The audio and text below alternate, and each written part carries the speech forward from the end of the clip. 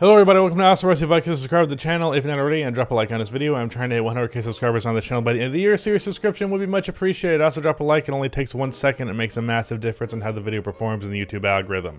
Sometimes I wonder if doing that intro so fast actually makes the point not even work because you can barely tell what I'm saying because I'm saying it so fast. But anyways, the Pelicans and the Lakers played a game the other day and I decided I wanted to talk about really two key points about the Lakers. The first is that LeBron James has been struggling to open this season, and the second is Russell Westbrook and him coming off of the bench. So I do want to say right out of the gate in regards to the title that the notion or the word finally in the title, it's not like finally, like I've been rooting for LeBron to decline, you know? Like, is he washed is the conversation of the video. The guy is literally 38 years old, so he's allowed to be if he is. That's one of the things that I've been saying about Chris Paul for the longest time. It is like, Chris Paul's allowed to not be at his peak at 36. I don't know what these expectations y'all hold for him are, but I want to talk about LeBron because he's pretty badly struggling to open the year. At least, obviously, his numbers are still extremely impressive for 95% of basketball players. But for him, his standards, they're not as high the way that he's been playing. He's averaging 25 points right now on 22 shots, which is not the most efficient in the world. He is shooting sub 50%, and he is shooting in the 20s from 3 on 7 attempts per game.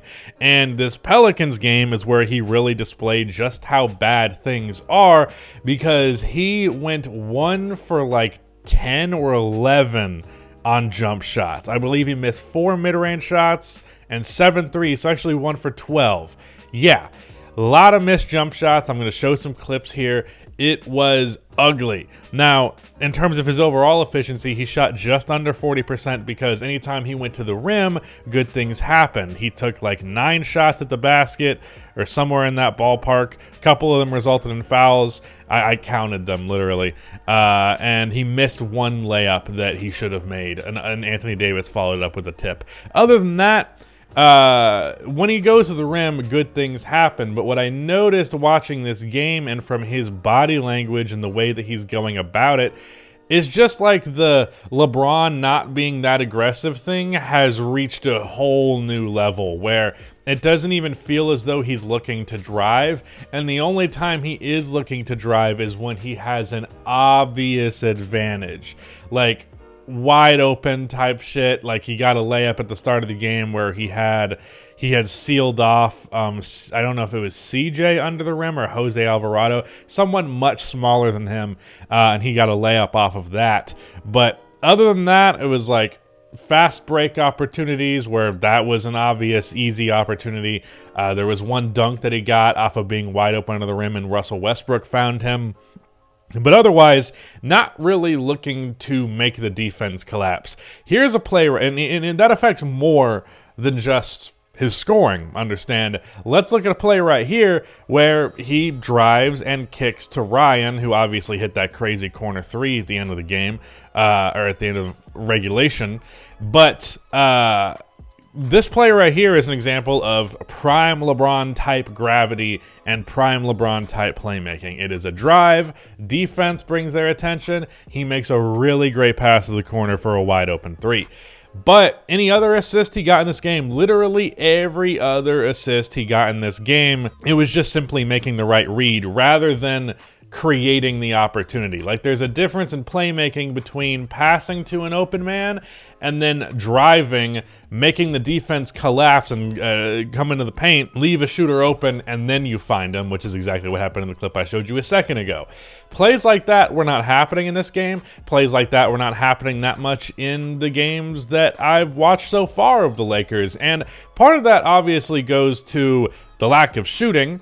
But at the same time, it really just seems like LeBron has no interest in anything that isn't really easy, whether it's an easy drive or an easy jump shot. Like, the reason he takes so many jump shots is it's a lot less effort on your body to take a 3 than it is to barrel into multiple defenders and try and finish in the paint.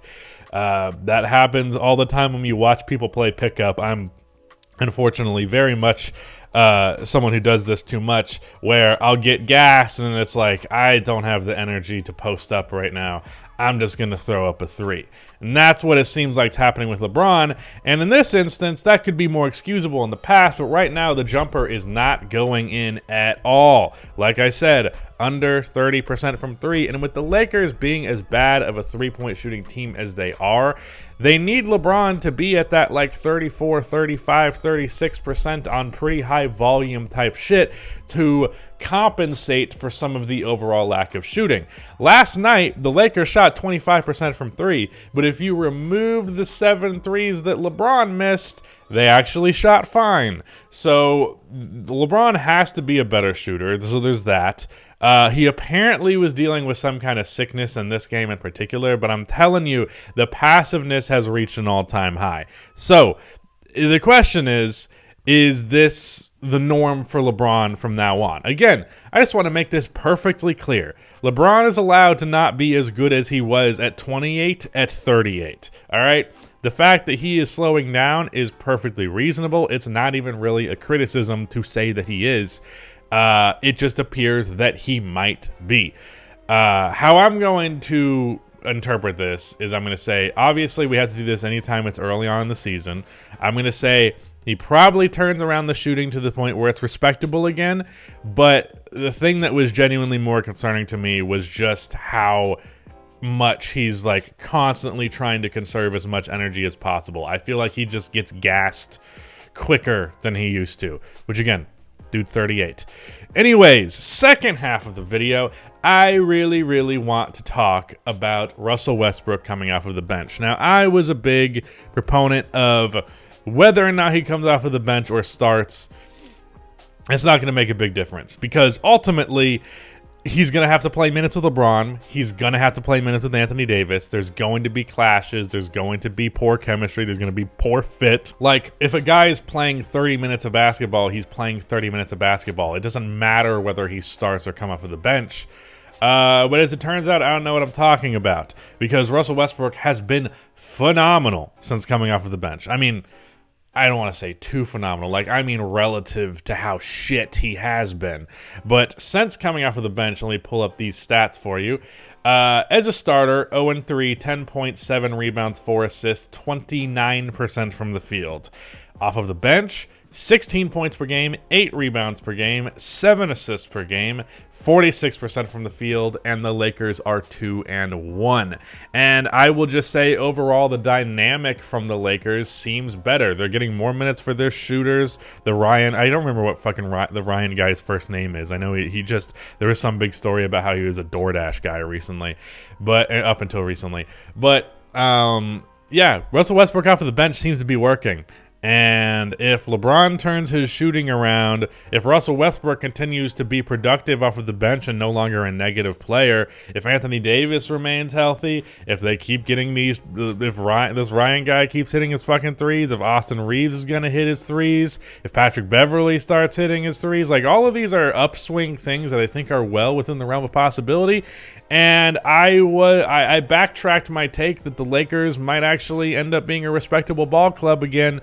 But I don't know. Maybe I shouldn't have backtracked it because Russ coming off the bench looks really good.